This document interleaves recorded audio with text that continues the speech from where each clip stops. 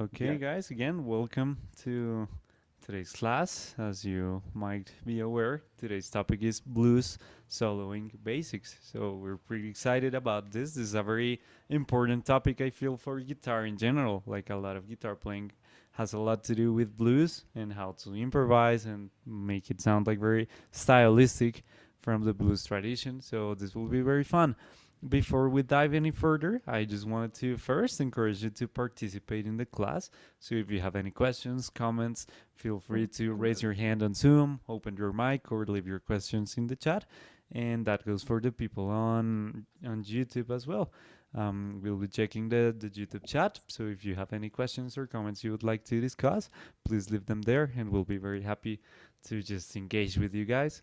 With that said, also, in case you're interested into joining or knowing more about the GuitarZoom Academy, please check the link we're gonna leave on the chats. We'll be very glad to talk with you guys to see what are your goals, what's your process so far, and to have a more detailed conversation about how our academy works and to see if this is the right fit for you. So yeah, I'm leaving that link in the chat as well. I'm gonna leave it in the YouTube chat. Awesome. Thank There you. we go. Awesome. With that in mind, let's get started. How are you today, Victor? Not bad, not bad. Got a headache though, but other than that, it's all fine. Okay. Let's hope it doesn't get any worse. Yeah. Okay, so yeah, Victor, what's blues for you? Well, blues is a kind of a folk music that diverges from the folklore. Okay? But we have to keep, we have to stay, so to say, to pay respect to it when playing it, okay? Because when you go too much making it original and fresh and new, you can go too much outside of it and not sound bluesy anymore, okay? So we have to be very careful with that, but also to stay original enough so as not to be boring when playing the blues. I hope that makes sense to you all, okay? Now, when we talk about blues soloing, the first thing that comes to mind is, of course, the pentatonic scale, and mostly the minor pentatonic scale, especially when you start out with the blues. Now, the trick is how not to get stuck playing in the pentatonic boxes, okay? And that's what we're gonna talk about today. Juan? Yep, I agree. That's a great question on how to not get stuck on those pentatonic boxes. I feel this is like a bell curve. Well, what we're talking about, like you start playing and you start to learn the pentatonic, you start to get like more familiar with it and get stuck. So you get like to this high point of where do I go from there, and you start to learn other stuff. And after learning that other stuff, you come back to the pentatonic, but like very willingly. So at least that's what happened to me when coming to blues. Like I got into pentatonic chord changes, chord chasing, highlighting the harmony, and I came back to pentatonic licks, but with more confidence and more just taste and liking to it. So yeah, I mentioned a concept that or at least I'm gonna dive a little deeper in a second, and it's chord chasing. But initially, let's study a little bit about the pentatonic. So the pentatonic scale basically is a scale that has 5 notes. A scale is a set of notes played in a succession. Before we move on, let me know, guys, if you can hear my guitar. Does that sound at a good level? Yes. Awesome. So yeah, with that in mind, the pentatonic, you guys might know it, at least the one that people usually learn is either the A minor pentatonic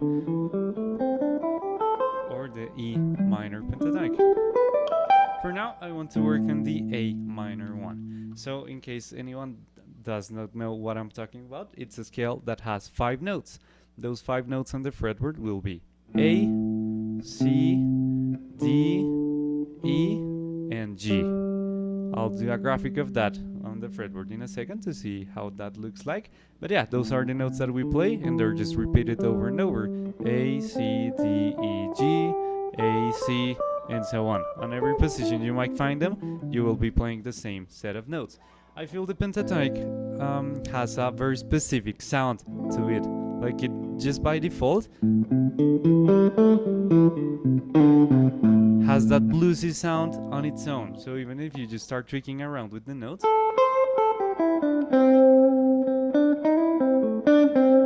it sounds bluesy. I just don't know how to describe that, but it has that bluesy feel just by default. With that said, we're talking about soloing, and I feel that has a lot to do with improvising and just getting your own ideas on that specific moment you're playing. Here are a couple of ideas that I have for starters, in case you haven't improvised ever, or want to get into it, or are already trying stuff out but don't know what to do exactly with the scale.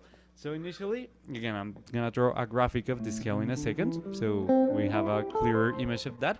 But let's say that you already know scale position. You already know this set of notes on the fretboard.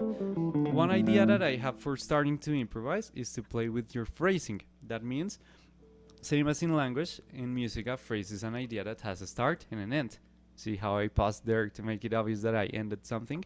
So the same thing happens on music. If you have a set of notes and you stop, it's very clear that an idea ended right there. So right away, you can start just playing the notes of the scale up and down, but try stopping at random places. Look, right now, I'm not even thinking of any time signature, any chord, any harmony. I'm just trying to think of melodies with the notes I have over here. Right? I can just play notes of the scale that are together, and that on its own will help me building melodies. So that's an idea I have for you to start playing around with just stopping with your phrases. You can, on this same principle, you can play with how long or short is your phrase gonna be. Look, this is a very long phrase. Another one. Or you can make shorter phrases.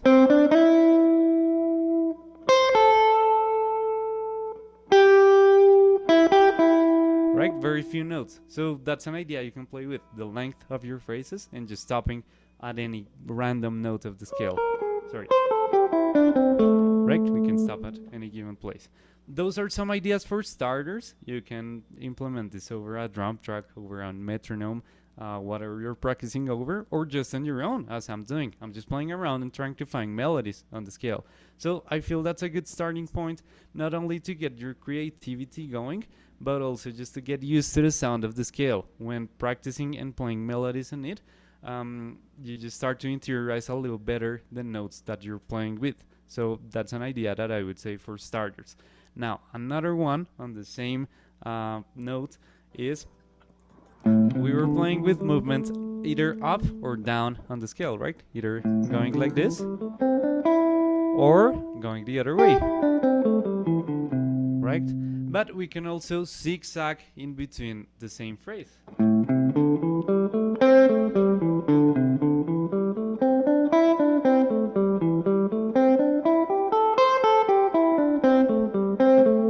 Right there, I tried to change the direction of my melodic movement here and there just randomly. Try it slowly. Start to play the scale up and down. Change direction whenever you feel like. That can help you build longer phrases if you already went out of notes. If you already played the whole thing up and down, you can just shift directions and that can prolong your phrase. So those are some ideas for starters. Look, I'm gonna play on my own, no rhythm track, no chords, anything. I'm just gonna build a couple of phrases thinking of those principles we just mentioned. So for instance, short phrases.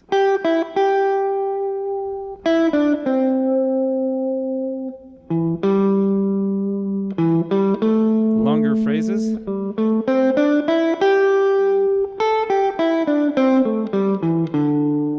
Zigzagging.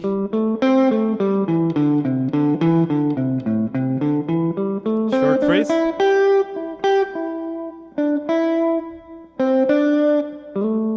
Right? With those principles, I'm already building melodies and trying to give life to that set of notes that I'm playing with. So those are some ideas that I can give you to just start sparking out your creativity. Victor, do you have maybe any comments or ideas there to add? Yeah, next step, I suppose, would be how to make it speak, okay? Because playing the blues is all about soulful, beautiful playing, right? Or sometimes nasty but soulful, okay? So the thing is how to put some embellishments to these melodies that you create so as not to sound dull and too robotic, okay? And us guitar players, we have quite a few different tools that we can use stylistically to make it sound more, to make it sound beautiful, okay? To simplify it. So, first thing you can think about when we're talking about the blues, bendings. The most important thing. You cannot play the blues without, okay? That's one of the most important movements when playing the blues, okay? Next thing, slides, hammer-ons and pull-offs, all of the techniques that us guitar players can do that some other musicians cannot do on their instrument, okay? That is one very important thing to think about. And next thing is how you approach the scale. Try to get out of playing scale-wise, up and down, playing every next note of the scale as your next go-to note, okay? Try to do some jumps here and there. Sorry, Juan, I interrupted you. No, no worries. That's something to expand on in a second about like sliding, vibrato, bending. So keep going. Yeah. We'll get there. Yeah. Okay. So, for instance, what I said last, when thinking about how to sound not too scaly, not too much like you're practicing a scale, but as playing music instead, is when practicing, try to hear some melodies in your scale practice, okay? What I mean by this is the following. If you take your A minor pentatonic scale, of course, when you're practicing, you're probably playing the scale up and down, and you will very rarely use this particular movement as a lick when playing. Yes, you can do that, okay? But if you just get stuck with playing the scale up and down, it will become boring eventually, actually sooner than you think. So, how you can approach your practicing, take the scale and try to flip some of the things in there. So, for instance, you can play the scale upwards or ascending, but playing every second note on the string first and then the first note. Something like this. Okay? Or take the same A minor pentatonic, play it backwards, but ascending on each string. Okay? Try stuff like that. It will open you up because you will start hearing different melodies inside the scale box. And keep in mind, I'm not using nothing but the actual first box of the A minor pentatonic now. And I can create many different things using only that one.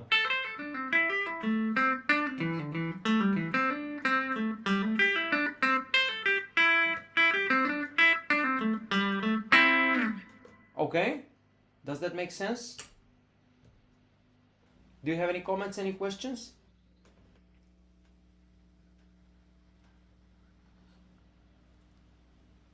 Awesome. Okay, I just say Juan? great ideas. Yeah, no comments on YouTube as well. Yeah, great ideas. Let me just show the graphic I said I wanted to show, just in case anybody's not so familiar with this scale. So this is a graphic that I do for the fretboard whenever I need to graphic stuff. So on this kind of graphics I do, the horizontal lines are strings and the vertical lines are frets. That means that this one right here is fret 5, this is fret 8, and this is the low E string and the high E string. So this is how that A minor pentatonic position 1 looks like, which is the one we're talking about. This is just in case you guys are not so familiar with this one. Let me see the chat. Total newbie question, what is meant by box in this context? That's a great question, Blair.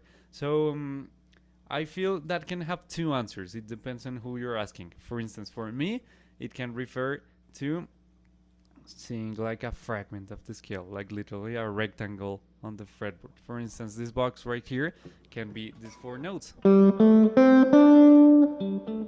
which is a pattern that you can see repeated all over the fretboard depending on the position you're at. So,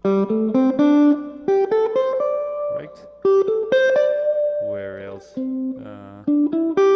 Like you can see the same fingering pattern being repeated all over the fretboard. That's one thing that could be thought with the word box.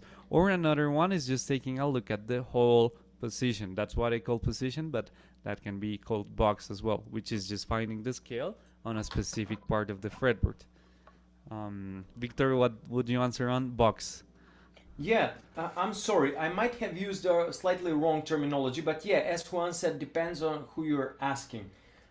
Some people call the positions boxes, but yeah, I agree with Juan. It's better if you take smaller portions of the scale and look at them as boxes.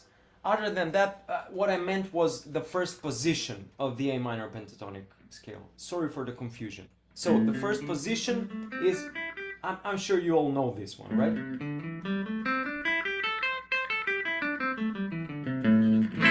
That's what I meant. Yeah, probably. Just in case anyone's not so familiar with that term position, that means that, as we said before, a scale has a set of notes. In this case, it has 5 notes. So A, C, D, E, and G. In this specific case. So what a position means is that you'll find that specific set of notes on just a single region of the fretboard. As you could see, I didn't move from here, right? We can find the same notes here. The fingering will look different, but I'm playing the same set of notes. As you can see, it sounds very similar. Or I can find the same scale here, right? Same set of notes. I can go into every place of the fretboard, and find that set of notes. That's what a position means. Like, where are you standing on the fretboard? Okay? Yes. Hope that's clear. Let us know, guys, if there are any further questions there. But yeah, moving on with that idea from Victor, I feel that's a great way of switching the way you visualize the scales and practice them. It's very common to practice them just going from one note to the next one. And it sounds this way. But you get a very cool sound if you go like the other way around, if you go up. So instead of, if you do, right, instead of doing frets 5 to 8, and then 5 to 7, and then 5 to 7, and so on. If you do 8 to 5, and then 7 to 5, you get this sound. And the other way around as well. You can build really cool ideas with that sound. So that's just a very cool twist. That's very simple to, I feel, understand and practice, but really changes the way your melodies sound. So I think that's a great point. And in case you guys are already practicing some other positions of the scale, I would encourage you to take every principle we're talking here and take that to every position. So for instance, taking that to position 2, to position 3, and so on. You'll discover all of this stuff all over the fretboard. Okay, that's just in case you're already like practicing more positions, but don't feel rushed if you're not there on your process yet. With that in mind, Victor mentioned something very, very interesting as well, and it's something that I call articulation, or that people also call embellishments, which is basically how you approach a sound and maybe tweak it a little bit so it sounds a little different. Because it's different to play, for example, this note right here. It's different to just pick it like that than to maybe get there with a slide. That's a slide up. You can also do a slide down. Right? It sounds just very different to get to a specific note from a certain way to another. Or maybe if you're connecting two different notes, it's different to pick them, both of them with your right hand, than to maybe just do hammer-ons and pull-ups. Right? That sounds very different than. So articulation is also a fun way to explore the sound of your notes. I would encourage you guys to maybe, with these principles we're talking about on how to build melodies and phrases, also maybe pick one specific articulation and start to play and exaggerate with it. For example, if you want to practice sliding, try to use slides as your main resource on your improvs. So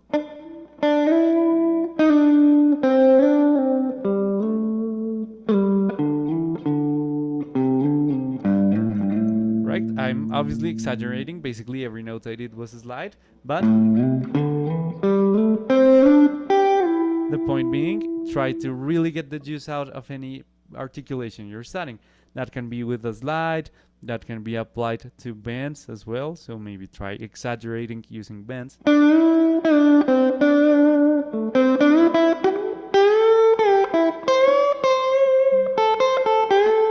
Right?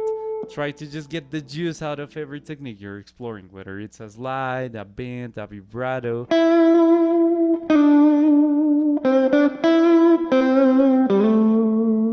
That's so you start to get familiar with every technique. Down the road, you'll start to maybe be more intuitive because you're already interiorizing how that specific technique or articulation sounds. But initially, my suggestion is just try to really exaggerate and improvise with it so you start to recognize how it sounds and how to use it. Hope that's making sense. Let us know if there are any comments there. Also, there was something that Frank left on the chat. It says, if you're playing in an A progression of A, D, E, does a player stay only on the A scale or follow to the next chord? The answer is both. It depends on what you want to do.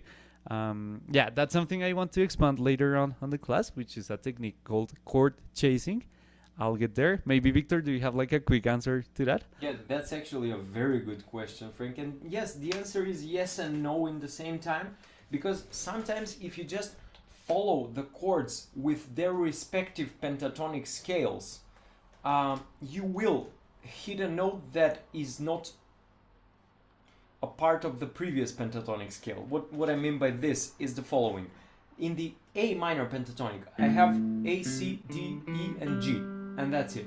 Now in the D minor, when the D chord comes, if I play this scale,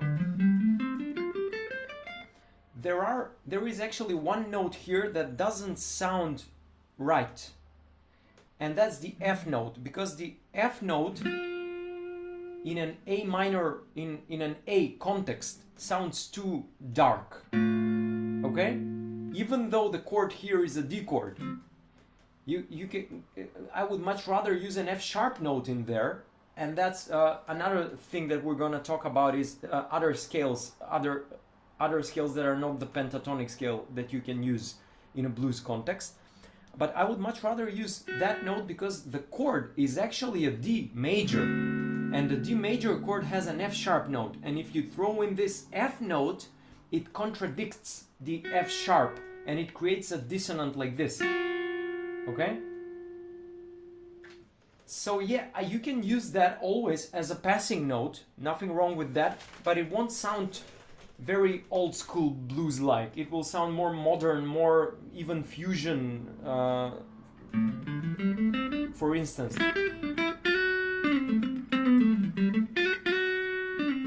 now I'm sliding from F to F sharp, but that's actually a very bluesy thing to do in a way, because what I'm doing is sliding up from the minor third of D to the major third of D. Okay? Just as much as I can do that over an A chord. Okay, so A, C up to C sharp with a hammer on.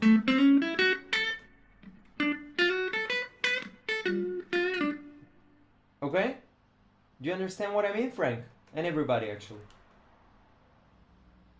Okay. Awesome. Before moving any further into theory and more technical stuff, I just wanted to also say what comes to your mind, guys, when you think of blues playing. For instance, for me, I was having a conversation with Blair earlier today about blues, and we said blues is very expressive. Like, you can really get into the highest highs and the lowest lows when playing blues, and you can communicate that with your guitar. So I would say, first, what do you think of when you think of this kind of playing? Then maybe try to do a list or just try to break down the stuff you can identify from this style. For example, being very guitar-y technical, I would say for me, when I think of B.B. King, for instance, I think of very aggressive right hand, either picking or finger picking.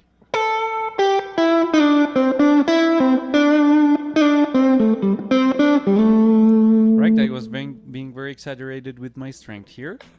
We can play with dynamics here. Look, I'm gonna play with being very soft over here versus being more hard on my right hand.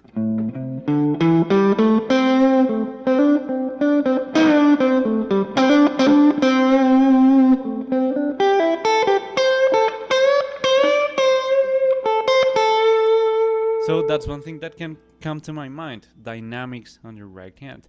Another one is, I think of this a lot when I try to be bluesy, and it's long notes, like just trying to just let a note ring out and vibrate it. I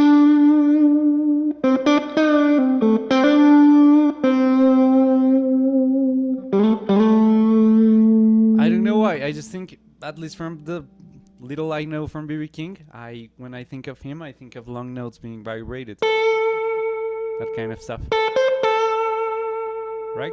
So maybe try to do a list of aspects you can think of when you think of this kind of playing. Obviously, that's a very broad conversation because you can take a look at a lot of guitar players and all of them will do different things. But that's just not only to be able to analyze and break it down, but also to develop your own criteria on what's the stuff that you like and want to incorporate to your playing. For instance, again, for me, that can be one thing. Long notes, maybe repeating some of the notes I'm playing. Another one for me personally is double stops.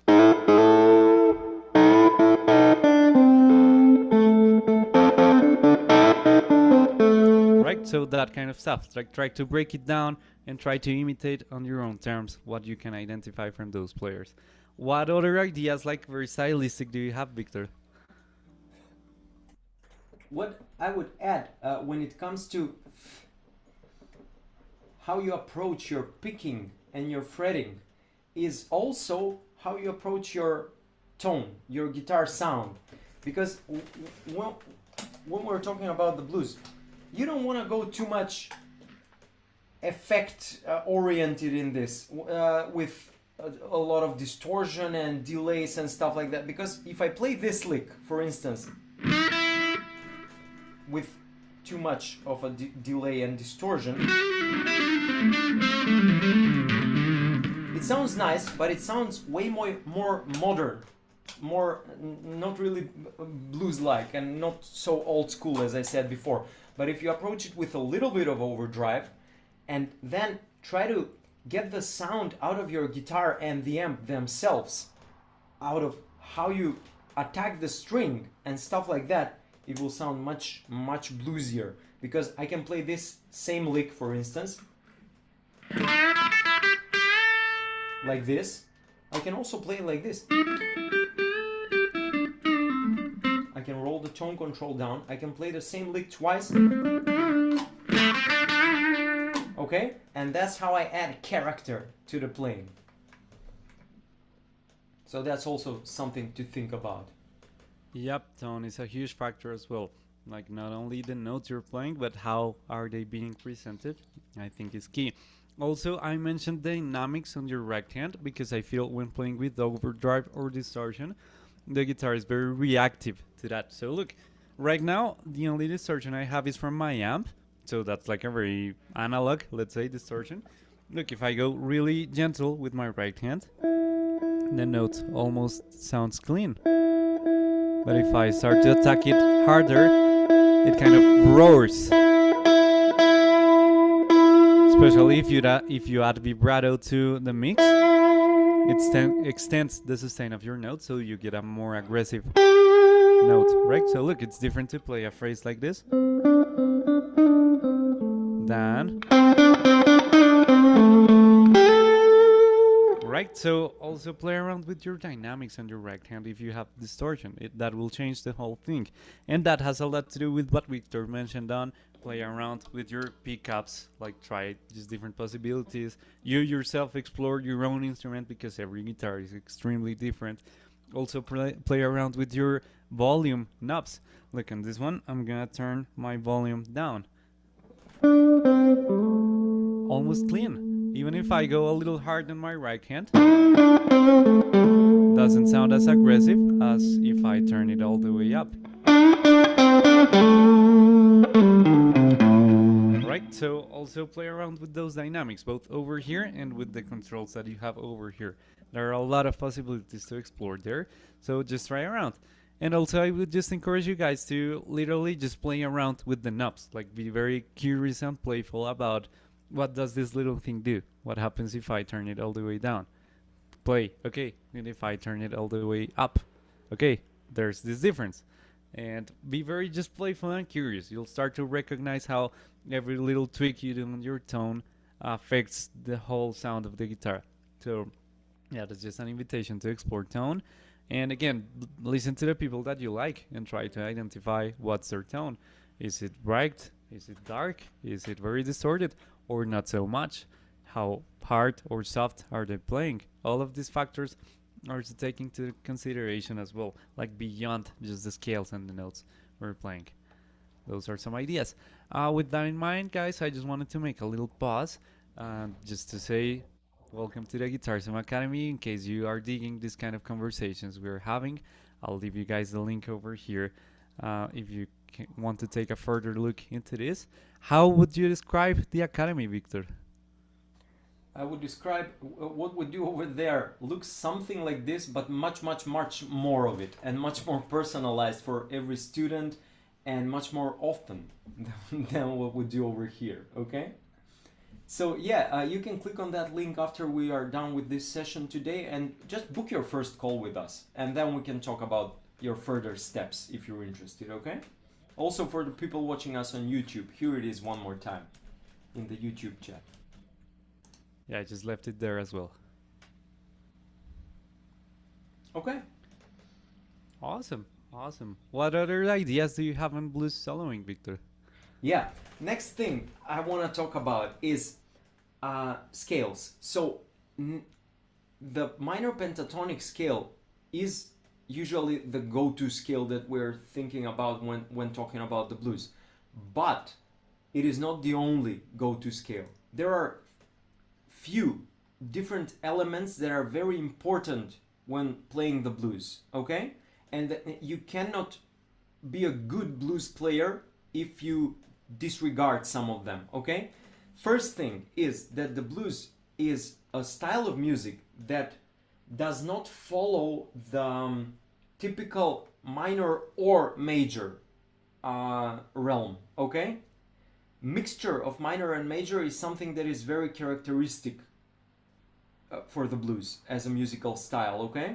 So, if you're in the key of A, you can either play the A minor pentatonic or the A major pentatonic or mix both, okay? Here we go. I'm gonna record a short loop of only an A bass line and I'm gonna improvise on top of that, okay? Can you hear that? Okay.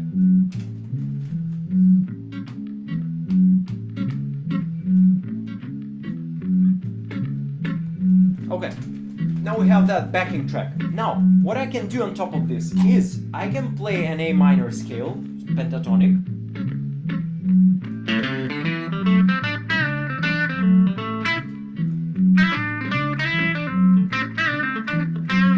Or I can play an A major pentatonic. Now let me stop this for a second. You can easily access the A major pentatonic if you think of the relative minor, because the minor pentatonic position, as we said, is a very simple one to play, right? Everything starts on the same fret for the first position, okay? So, what would be the relative minor pentatonic of A major is if you go 3 frets backwards. And if I start a pentatonic scale here, this is an F sharp equals A major, okay? That means that they share the same, they have the same notes. F minor pentatonic, sorry, F sharp minor pentatonic has the notes F sharp, A, B, C sharp, E, and F sharp. A major has A, B, C sharp, E, F sharp, A. So same notes, that's why they are relative scales. It is only a matter of where you are landing at the end, okay? Where do you want to resolve? Actually, that comes from the root chord. Okay, what's in the background, what's in the backing track, what is your band playing, what is your bass player playing, whatever, right? So if I play this scale over an A chord vamp, such as the one I recorded, it's actually an A major pentatonic now. Okay, let's give it a try.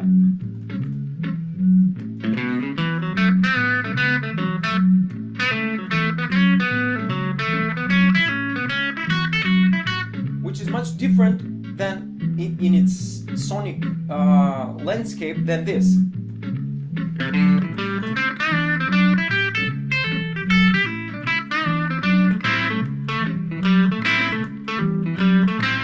Okay? Now, another way to look at this is, okay, if you are studying the positions of the pentatonic scale, the 5 different positions, the second position of the pentatonic scale, of the minor pentatonic, excuse me, is actually the relative major. So if this is my A minor, and this is the second position of the A minor,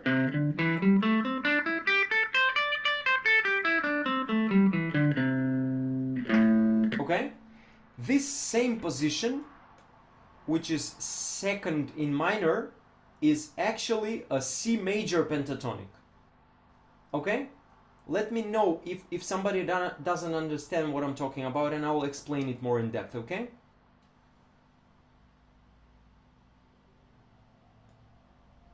Okay, I'm gonna go on then. If you have a question, please let me know. So anyway, here's that position. This is C major, okay? Okay, Blair, here we go. If you take the school book rule, goes like this.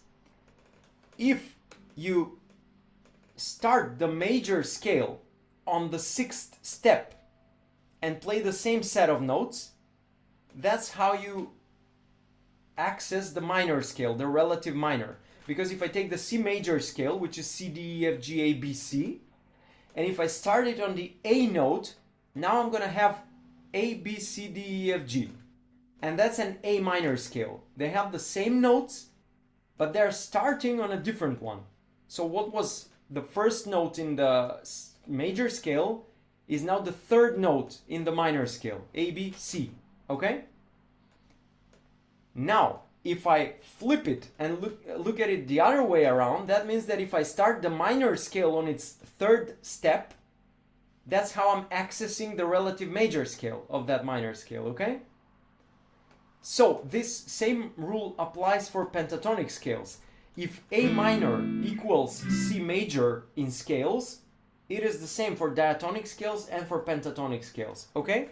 Because take a look at this. The A minor pentatonic has A, C, D, E, G. The C major pentatonic has C, D, E, G, A, and C. Okay? Who is owner? Whose nickname in Zoom is owner? What's your name? I'm sorry.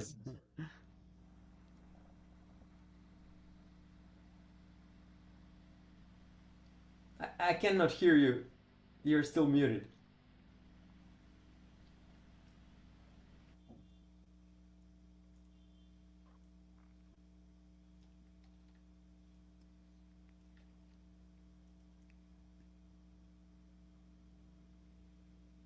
Talk about the academy and what we do over there, okay?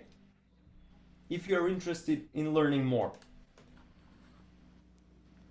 Okay, let's go on. So, just as A minor and C major are relative scales, in the same way, F sharp minor and A major are relative scales, okay? So that's why on top of an A blues, I can use an F sharp minor pentatonic, because that's actually an A major pentatonic here. Okay? Let's go again. A minor.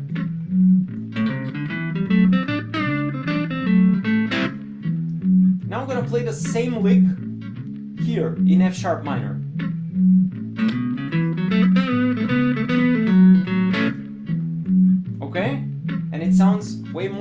cheerful and more upbeat, so to say. Okay? Now, what I did now was playing either minor or major. Now I'm gonna mix them both. And the way I'm gonna do that is not by playing all of the notes of both scales. I'm just gonna take the most important notes, and the first most important note is the third, okay? The third of the scale or the third of the chord. In A minor, if you take a look at the chord, this C note is what's making that chord a minor chord. Now in A major, the C sharp note is the third of the chord, and this is what's making the chord a major chord. Now, if I jump from this minor third up to the major third of the chord, that's the first step for mixing minor and major in the blues, okay? Let's play a lick like that.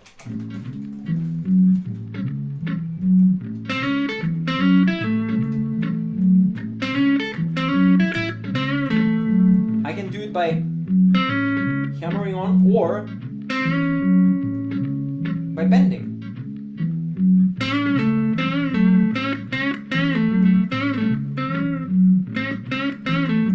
Or I can do that by sliding.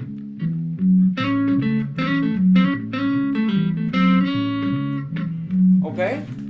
Now, there are many different things you can do for mixing minor and major as well. You don't only have to stick with the third of the chord. You can also do stuff like this. Why? Because this F sharp note is present in the A major pentatonic, but the G note is not. Now the G note is present in the A minor pentatonic and not in the major. So if I slide up from F sharp to A, or bend from F sharp to A, this is again mixing minor and major.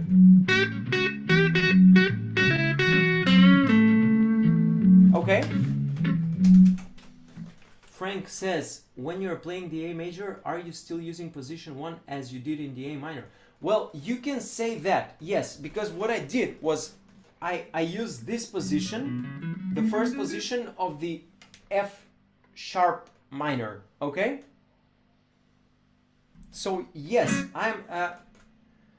I'm thinking A major, but I'm playing in the position for an F sharp minor, okay?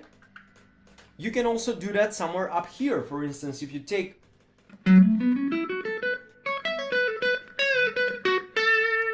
these kinds of licks are very common for A major phrasing.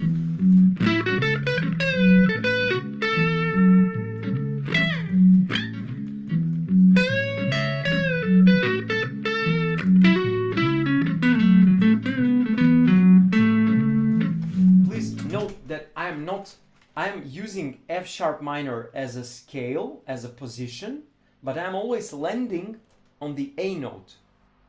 I'm always resolving back to A. Okay?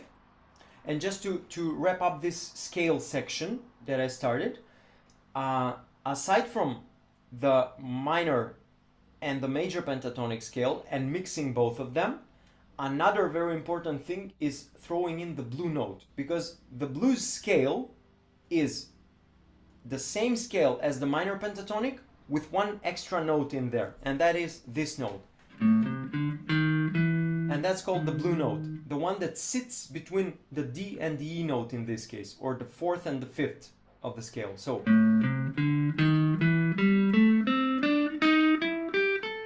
okay, so I can always use that in my licks.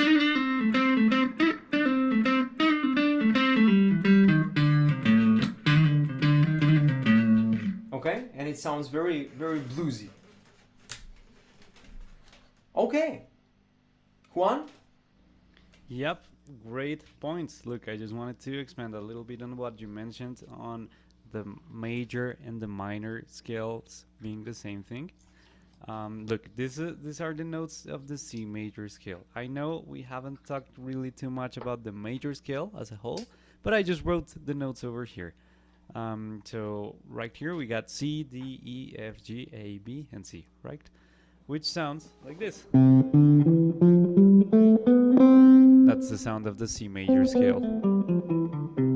Now, the minor scale is exactly the same thing if you grab this, but flip it around a little bit. So instead of doing the same thing starting from C, you can start from A.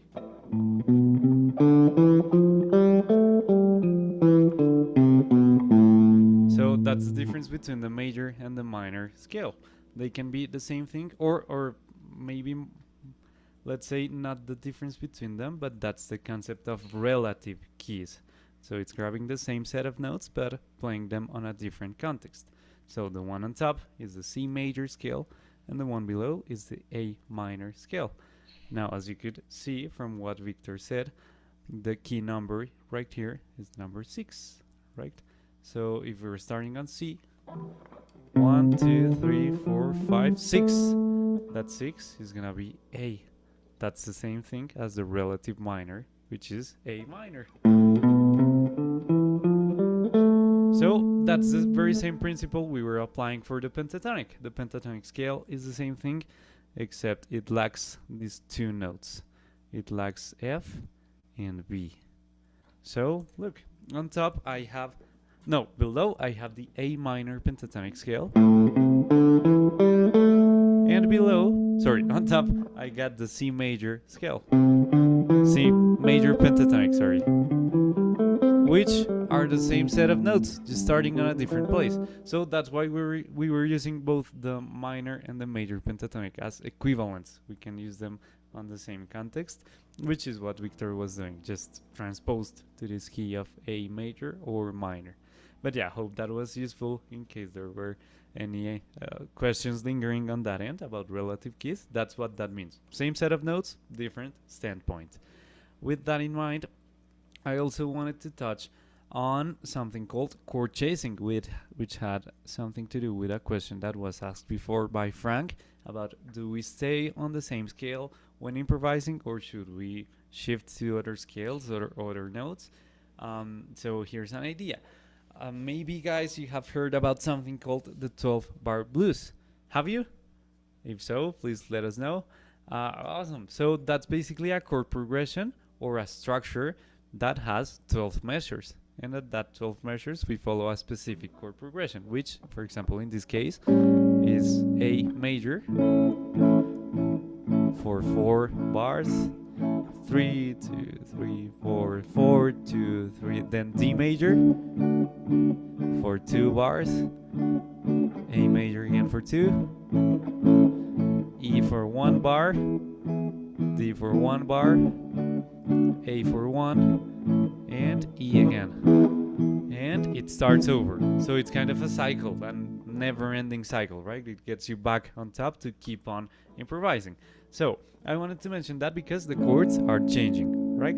So an idea that we can take into our improvisations is that we can highlight those root notes from this progression as the progression goes.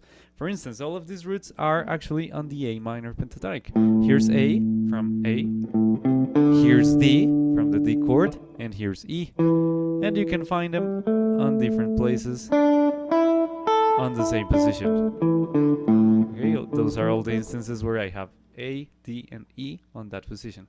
With that in mind, check this out. I'm gonna improvise a little bit, but every time I get to that specific chord, I will play that root. So here it starts. 1, 2, 3, 4.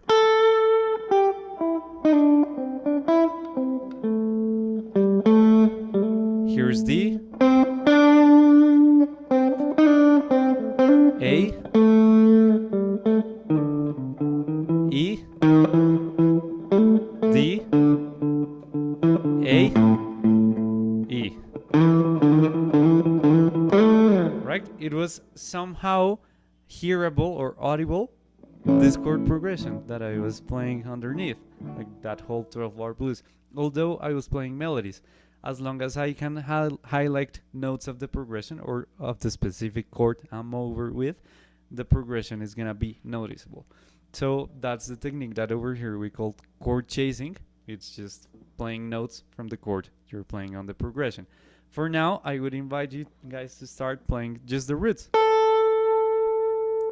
2, 3, 4, 3, 2, 3, 4, 4, 2, 3, D. 3, 4, 2, 2, A again, to E,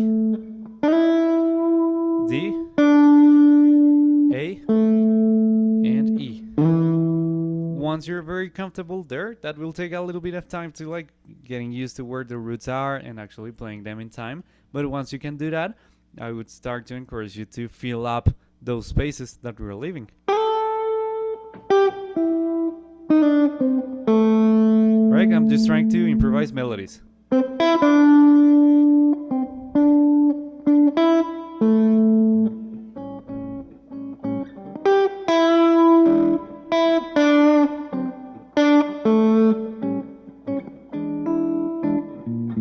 So yeah, that's an idea for starters that I have on chord chasing. Try to highlight the roots. They are on that pentatonic. Any other ideas with that, Victor? Yes, and then next step would be to think about other chord notes to chase, not only the root of the next chord, but also any chord note.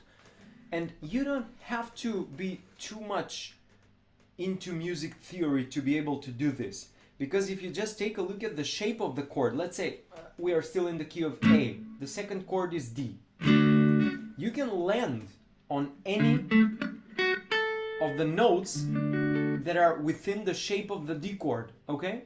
It could be any of these notes. But also because it's usually a D7 dominant chord, you can also land on this one, or you can take another shape, for instance, such as this one, land on any of these notes, or any place here, or up here, or whatever. And let me give you an example. For instance, I'm gonna start with an A.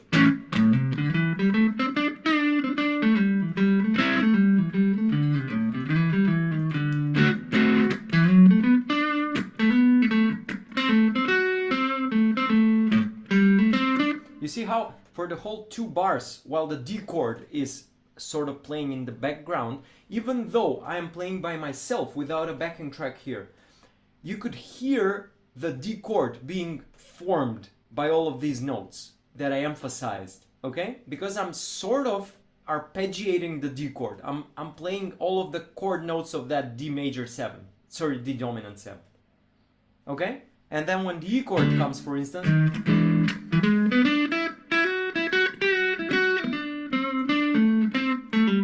okay, what I emphasized here was an arpeggio of an E dominant chord, okay? Yep, also Yes, by expanding the way, on that. what Blair said, yes, Robert Johnson did that. And also, not only that, he threw in an extra bar. Sometimes he throws in extra beats in the bar because he played by himself. He could do whatever he feels like, right? There is nobody he cannot make a mistake like that. For instance, if you take that song, what was the name of that song? Traveling Riverside Blues. Okay, it's in open A, I think, whatever. But anyway, it's an A major 12 bar. But what he does in the second verse is, okay, there are 5 beats on the first chord. So ain't gonna stay no color by the frontiers, mountain gold.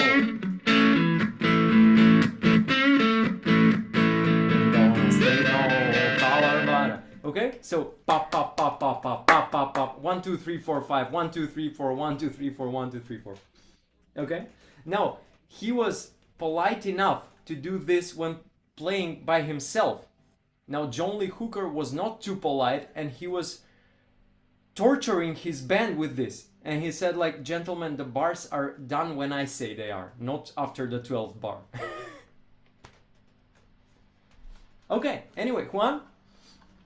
Yeah, no, first I just had an idea that I think it's very important to mention, and it is that, at least for me, I'm a jazz player. Like I studied a lot of jazz, so that's like on my vocabulary as well.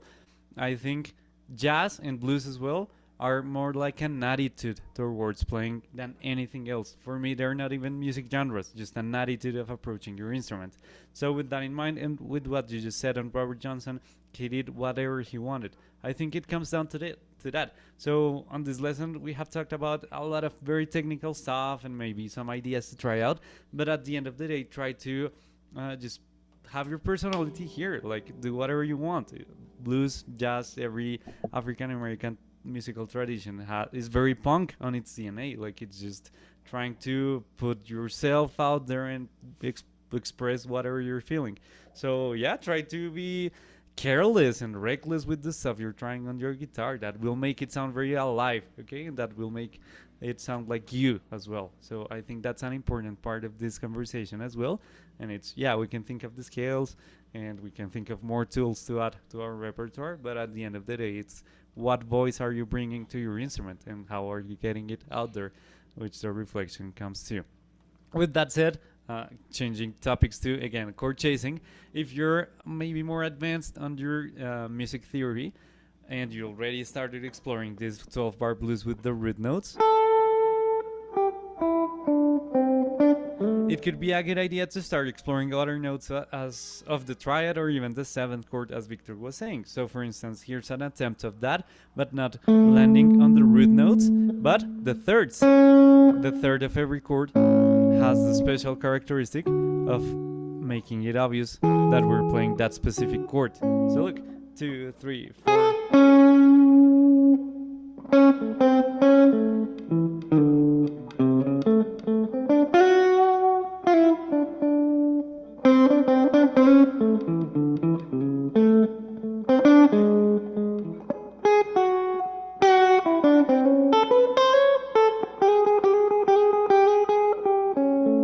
So I was landing mainly on the thirds, and the chord progression was kind of out there. It was like very evident that I was playing every chord. So going to your roots, going to your thirds, your fifths, even your sevenths, all of these notes will make it very obvious that you're playing that specific chord. The disclaimer is, try that out only if your music theory you feel is already at that level of understanding triads and seven chords. If not, don't dive deeper into that because you'll get overwhelmed pretty easily. Okay, so first start building those foundations up. That's just in case you're already there on your process. With that in mind, guys, that's everything I had planned for this lesson. What about you, Victor? Do you have maybe anything else? No, I have another one starting in a minute. But anyway, guys, last thing I want to say is learn other people's licks as well, okay? And make them your own later. Because you cannot just go and invent your own language from scratch, okay? So always, I wouldn't say learn whole solos of other guitar players, but take a lick that you really like from that solo, learn that, transcribe it, try to move it in different keys, try to put different rhythmical values to the notes, try to play it in different positions, and that's how you make it your own later, okay? Okay.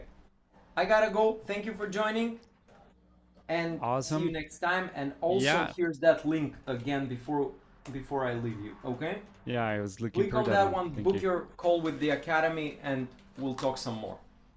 Yep. Thanks. And thank you for joining. Thanks, guys. Victor.